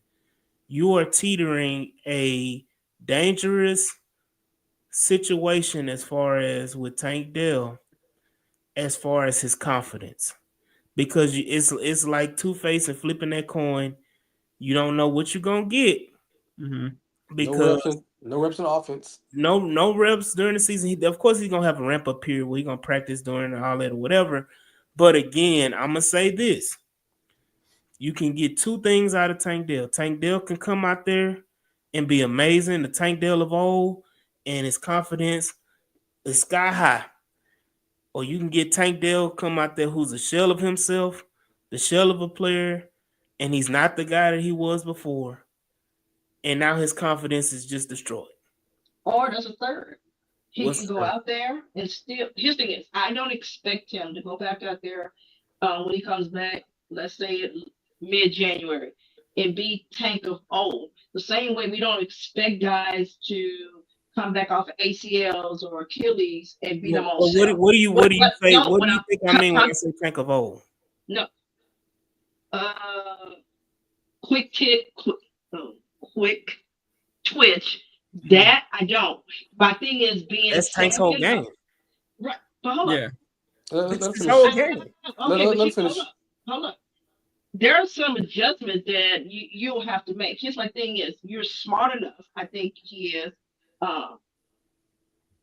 1 or 2 plays here and there. You don't know what that contribution may be because when he comes out there, that defender doesn't know what he can or can't do yet. So I don't think his confidence is going to be shared if he goes out there when you say he doesn't look like a shell of himself. I think the most immediate thing is he's just grateful that I'm able to get back on the field. I think based on what he's shown us is that he could take that and say, okay, I got some work to do in the off season. I'll see what it is, in 2026. But I don't think it'll break him or mess his confidence up if he comes back and he doesn't hit it like he did before he got hurt. I think he's being more realistic. I think he has that goal, but I think D'Amico and them are keeping him a little bit, grounded. Just listening to D'Amico, I don't think there's any pressure for him to play. Internally, he wants to get back out there, but yeah, I think we could possibly see him mid-January. So, It's Swan, possible. here's my only argument. That is, if we're in a deep playoff run against Kansas Mhm. City and Buffalo, and this is the second round championship game, I'm not throwing a player I got to try to manage or figure out. I Why would need you my manage him? I need my best guys, and I need everybody on the same page. I'm not going out there and just say we're gonna give him a couple plays because every play matters at that level. Right, And but I'm not. that's what we I mean. don't want to. I don't want to manage his time or give him a couple plays to see where he's at. I just No, what I mean is you put him out there, you line him up. I mean, it's not a charity case thing. So if it's sounding that way, I don't mean it that way. What I'm this saying is is but this is the thing, because no Sean. one knows what he is when he comes Right. back. right. So If you don't, that But DB may not. I mean, hey, well, you're saying he's a gadget, but let me say this. To Jules' point, if Nico, of course, is having a hell of a year, Christian Kirk is having a damn good year. Higgins and Noel are having a damn good year, or actually producing on the field. Who are you going to take off the field for Tank Dell? If we having all of this success with these guys, they have a lot of chemistry. Higgins had a rookie wall, hit the rookie wall. Higgins and Noel hit the rookie wall the first few weeks, but it's week 10. They coming into their own. Higgins making big plays, Noel making big plays, Kirk making big plays, Nico, of course, always making big plays. Who are you taking off the field to put Tank Dell on the field? To say, let's see what he can do. it's not. Schultz, No, it's not. 5-1. So let's see what he can do. It is let me throw something at the defense that maybe they're not expecting. Those nostrils look damn. Well, we talking well, I about. just want, I get your point. And he You- talking about it's- Because nostrils. we see It's the a- best it's a teams. secret We see weapon. the best teams that Mhm. do that in championship games, Super Bowls, where they throw a play out there. You didn't see it coming. They practice it. So he's you a know, gadget player. I don't give a damn at this point. The fact that he actually can But contribute. that's what I'm saying. You're saying use him as a gadget player. You make it seem like it's a negative. Because to me, if it results in the positive, I don't have a problem with it. It just means that's another weapon that, hey, you need to account for when you see him on the field. You cannot make that assumption. Well, But hold I on. think So, I'll trust him to but gauge it. but you got to you have to see it both sides. One. I do. Okay, as long as you see it both sides, fine. No, Because I mean, because either way it can be bad if you go out right, there it can blow and up. he runs the wrong play, Let's then you waste the time hold for a on, touchdown Jules. because he only hit that playbook. Not even that. The worst case scenario, knock on wood, knock on everything. Ranges himself. But He go out there and hit and break another leg or tear ACL again. Now what? Now you don't have Tank. Now well, unexpensive his that's contract. a possibility that can happen anyway in his situation where we all saying that is he gonna be able to get back to what he was. So the But whole injury, if he comes back before the playoff runs, I would have no problem with that. But if we're deep If into a it's week second round 17, that we have never 17 been to, 18, I'm not throwing anything out there I don't know of. and again, I agree. It's too important. I agree with Jules. Let me say this. So they will be able to gauge. We won't see it. But we're not arguing them. We're arguing our points. Right. So this to agree with Jules on this one. If you're going to bring Tank back, bring him back because you're talking about middle of January. That's the playoffs. It's playoffs. So I'm not about to try Tank Dell out in a playoff game, and something happened because let's say again, we already know what Bobby Slug was. If Nick Caley go out there in a playoff game and try Tank Dell out there, and a negative play happens, and that costs us the game, now you're gonna have people talking about fire Nick Caley, get Tank Dell out. Why was Tank Dell even out there? You got a whole negative slew of things happening, not including the injury. If you're gonna bring Tank Dell back, he needs to come back in the same time period that he got injured, which is Thanksgiving, November time. No, you got hurt the week before Christmas. Well, I'll take that, but I like what? Yeah, Well, I wouldn't even say. I would say November high. though. I would say November around Thanksgiving is when I would want to see Tank Dell back. Yeah, because again, that you talking that gives him enough time, at least 4 or 5 games to play. I'm not doing that right at the end of before Christmas. Literally, you talking about 3 weeks before the end of the season or 4 weeks before the end of the season. And again, like if he healthy, he should be playing. I agree. He should be playing. I'm saying don't hold him out until the very end. There's a lot of I would want to give him a full year on that leg. So to me, playing the last couple games of the season, I'm fine with because hopefully we're not playing the wild card weekend. Hopefully we got the 1 seed and we got that bye week. But if we don't and we're playing, then that first game I wouldn't put him in because that to me that'd be maybe the third game technically. But you get to the divisional round, like I said, is I'm not saying he needs to start. I'm not saying take major snaps, but the fact that in my opinion, just mine, that if he is able to play, that he can contribute. I think he can, and the fact that he's out there, he can play, makes a defense think about it. That's what you want them to do. You need to make it throw something at them. Isn't that what they do to us? Folks throw shit at us. We're not anticipating, and we get cooked. Why not do the same thing? I'd rather have a Tank Dell out there that's 80%, 85% ready than a whole bunch of guys. Well, this whole conversation, we're putting the cart before the horse in a way. We talking. That's so 17 games away from now. So right we now, got time again, Romanos has been talking. He done. This is about the third time he done asked about Christian Harris. When you find him, you let me know. Yeah. I mean, just as much as we know about When you find him, you let me know. Okay. He's running up and down the side like the first we didn't see him. Remember Saturday we didn't see him at all. But I'm going to say this, and I'm just staying pat. I know it really don't matter, but this is just my personal bias about it. Is that I don't have a real issue with Christian Harris not practicing or Christian Harris not being there.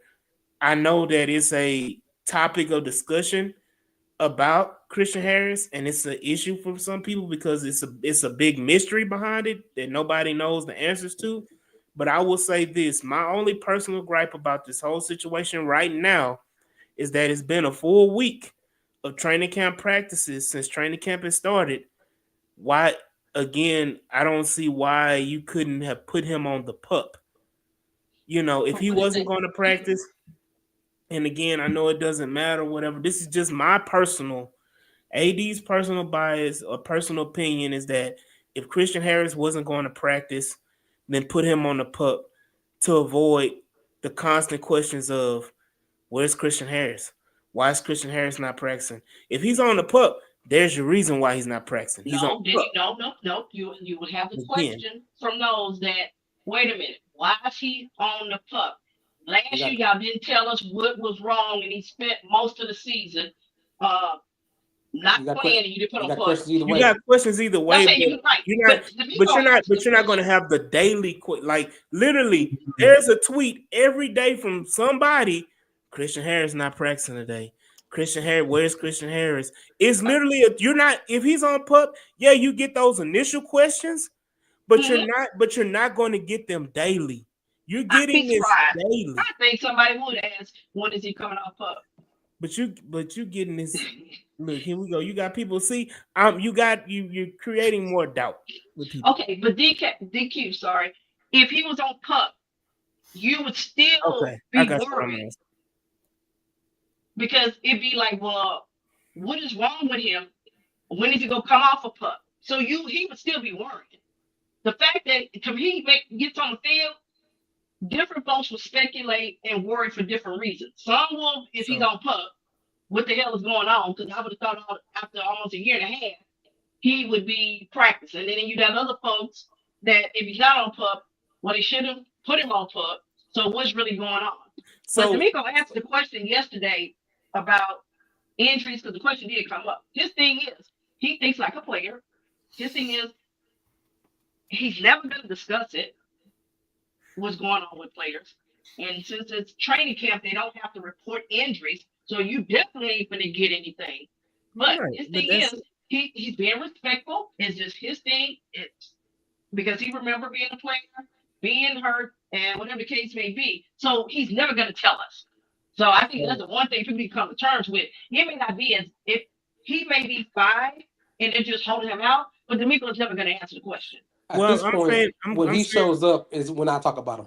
Right. Yeah. So Stresson said right here, he said Casario 16 made it sound like he didn't put him on the pup for a reason, like he may come back before pup timing.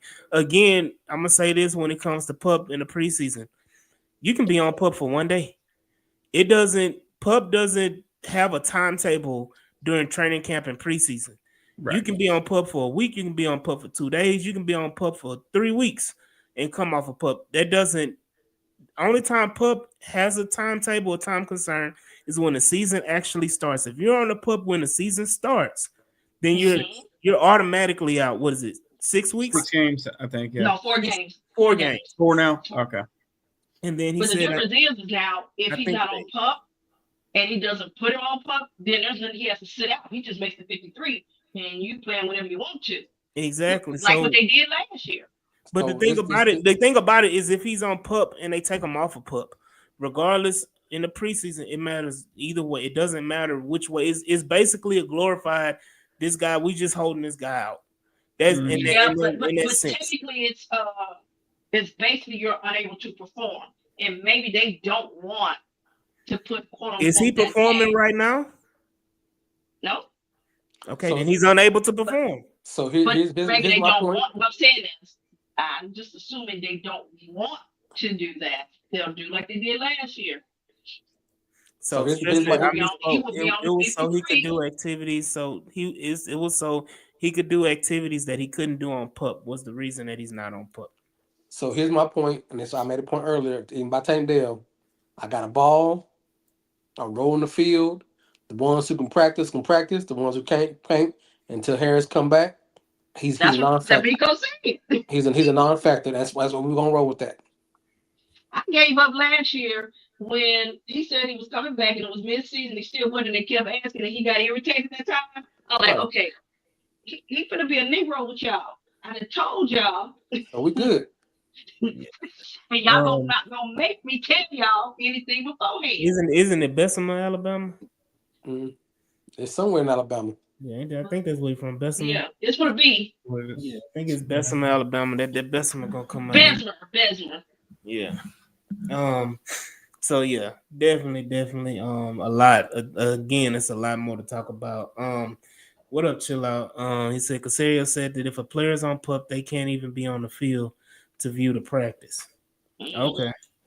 I mean, we only saw Christian Harris 2 times. The first few days he wasn't out there. Nobody saw him.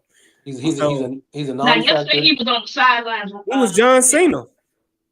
No, I'm not saying it, but technically yesterday he was running up the sideline, so yeah, that was more than what it was So previously. shout out Larry. The reason they have not put Tank or Harris on IR is because once you put them on 53, you can bring them off of the IR. But if you put them on the IR during training camp, you done. Well, we're not talking about injury reserve, Larry. We're talking about PUP. Mm-hmm. PUP and injury reserve are 2 different things.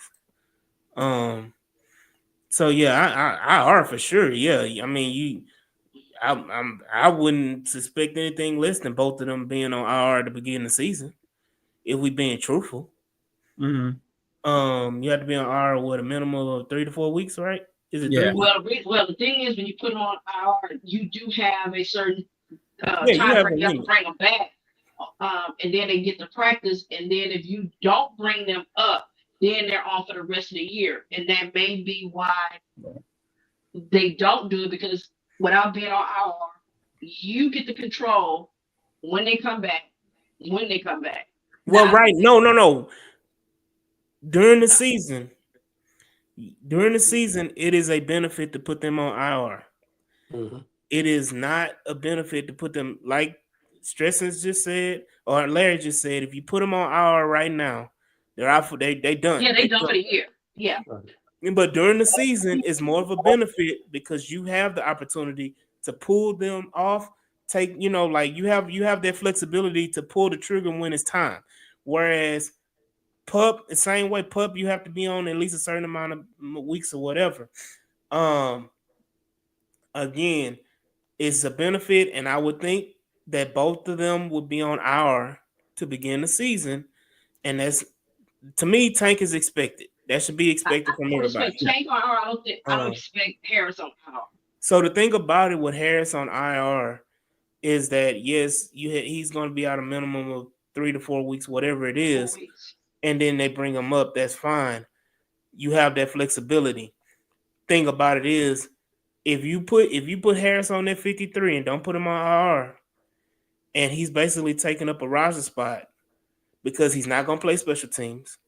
And if he doesn't see the field and he's not playing special teams, you literally are wasting a roster spot for a guy. And ironic thing would be is that you have him out there, and that's that same situation. Like I just said, he's not playing, he's not seeing the field, he's not on special teams, and he does that for like 4 games.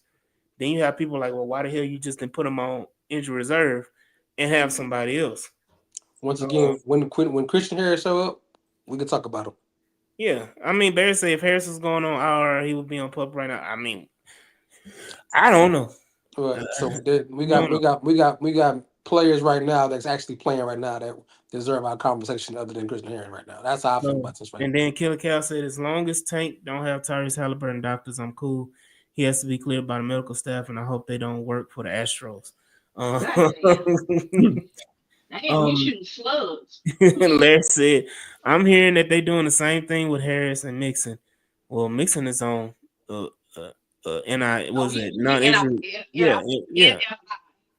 NFI, non-football injury list. Are not going to play preseason. They'll ramp them up for the Rams game. Okay. We'll see. We'll see. Same convo as Mitchie and DP for me. Wait on him to play and be consistent. We weren't waiting on anyone. Henry, Speed, Neiman, and even Hill has depth options. I mean, I don't know who Neiman is. Neiman is the guy that's taking the Neville Hewitt role. Yeah, I hope they bring somebody else. If that's the case, I hope they bring another linebacker in. Harris is unproven. Mixon is proven. Harris is proven. I don't know what you mean. Yeah. Harris proven five. Is he healthy? He's 5 proven. games. He's 5 games proven. No. Here's the thing. Based on his talent and everything, if he's healthy, I'm sorry, he's the guy.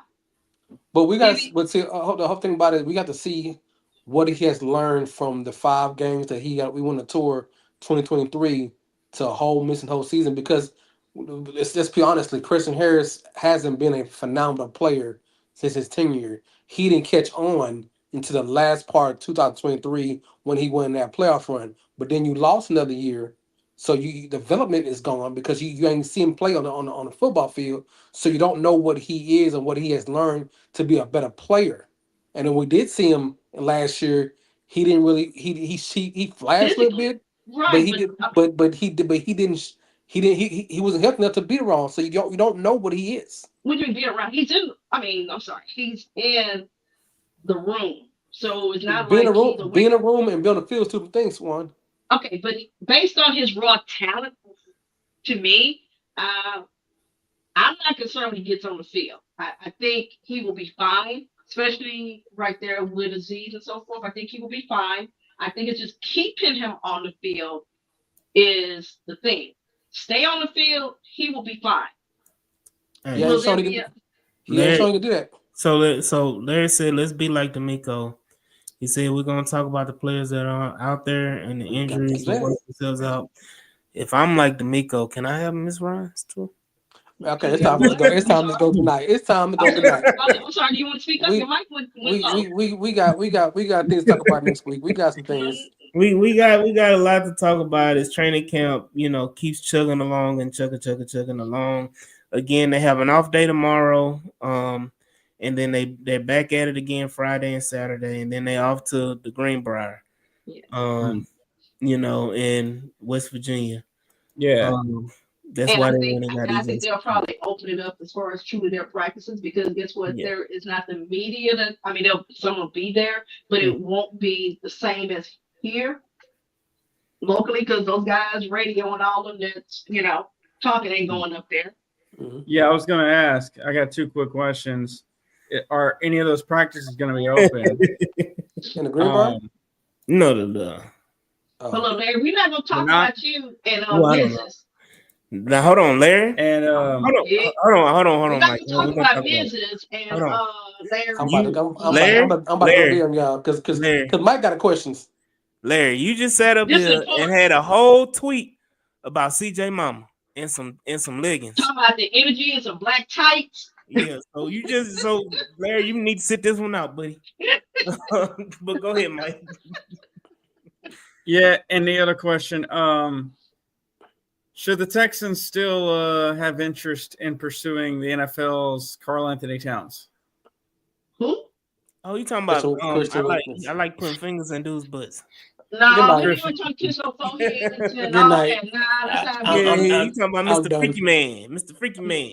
I'm done. He do what No. Diddy. He do what No. people thought Diddy was doing. Yeah, you want them kind of players. Go and try to kiss boy niggas on his forehead. Swan, that ain't Swan. Let's get this out of the way. That's the PG. That's the make it. I'm make it being personal. nice. Yeah, that's not what happened. Well, he did want to kiss I'm him on the being head. Yeah, they give you I ain't old, see, you know. I left it at the forehead. If you read, you read. He did want to kiss him on And the head. if you saw some of his antics on the field, you know. He like grabbing The balls. hands be wandering. He like recovering footballs. Good night, everybody. Football balls. Good night, everybody. Yeah, you have look. Hold on. Y'all like doing the split too. They said he kept no. Let me see. Okay. We gonna go down the whole diatribe. Shout out to the 500 watching us live. But for sure, shout out to everybody in the comments. Yvonne, Larry, and Stafford, Texan fan in rehab. DQ, Stressens, Larry Payton, Brandon Hollum, Barrett, Frank Z, Chill Out, J Rob, Ramanas, who else I got? Rodney Bryce, Ruben, 713 Houston Sports, EMAC as well, and then Julius Harris, Killer Cal, as well. And I'm trying to miss J Rock. Who else? Got Peyton, you got it? Yeah, I said Larry Payton. Okay. I'm trying to make sure I got everybody else. K1 Stella, shout out to him. Septimo, shout out to him as well. It's a lot of comments today. Give me a second. Jesus, hold on. All right, y'all been going crazy in the chat. A lot of swarm.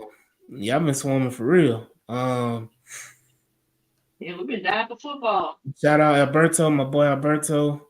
Cash Style Fool as well. And then of course DJ Waller. Shout out to Frank Z again for the super chat. Al Dickey in the building as well. Lackville 89. You know our regulars, Coach Dante as well. Shout out Preston, it was in the building as well. And of course Danbury Sports was also in the building. Shout out T-Rail as well, man. Shout out him. Shout out Juan. What did I miss? I can't do it. But I was acting like that over Matt Mama. You know, he in group chat no. I look, I'm gonna try to be less petty. I'm just posting and go. I'm posting and go. Did you see what he said? I saw what he said. I'm just posting and go. Good show. I said I'm trying not to be petty. I'm trying to be a Hey, better work got me Monday. I had to, you know. Let me say this. Friday and Saturday. I will say this. Saturday, I brought a poncho last Saturday, and then it didn't rain. Probably gonna rain. That Matt Mama, yeah, Matt Mama. Where them leggings at, Matt Mama? But again, man, it's been a great episode. Shout out Larry. Appreciate everybody you popping in and chatting with us and join the H-Town Rundown. Of course, we're gonna talk more. We got a lot more to talk about. We just talked offense today. We didn't even get into the tight ends. We didn't even get into the defense. We touched on the defensive backs and everything. We didn't really go into depth about the defensive line. Linebackers. Yeah, the linebackers. That battle with the linebackers, the battle with the edges with Darrell Taylor, Dylan Horton. You know, all these other guys, Solomon Bird. You know, we got a lot to talk about. So y'all please go ahead and be sure to join us on the next week's episode of the H-Town Rundown. And got a special interview I'm doing, and I will be posting that Friday morning. So y'all be on the lookout for that as well. Gotta keep the content flowing, guys. Gotta keep creating. And shout out Neptune. Yeah. Yeah. Month, for sure. We gotta be ready, man. Brandon said who's gonna score the first TD. Hey, next week we'll talk about it when the preseason coming up. First preseason game next Saturday as well. Not this Saturday, the next one. First preseason game of the year. Vikings. Yeah, against the Minnesota Vikings. So we definitely gonna be talking about that and what we're gonna be interested to see going into that preseason game. But definitely y'all check us out on the next episode. Bear says it's gonna be a late night space for sure. We will see y'all on the next episode of the H-Town Rundown. See y'all when y'all see y'all. Peace. Good night. Good night.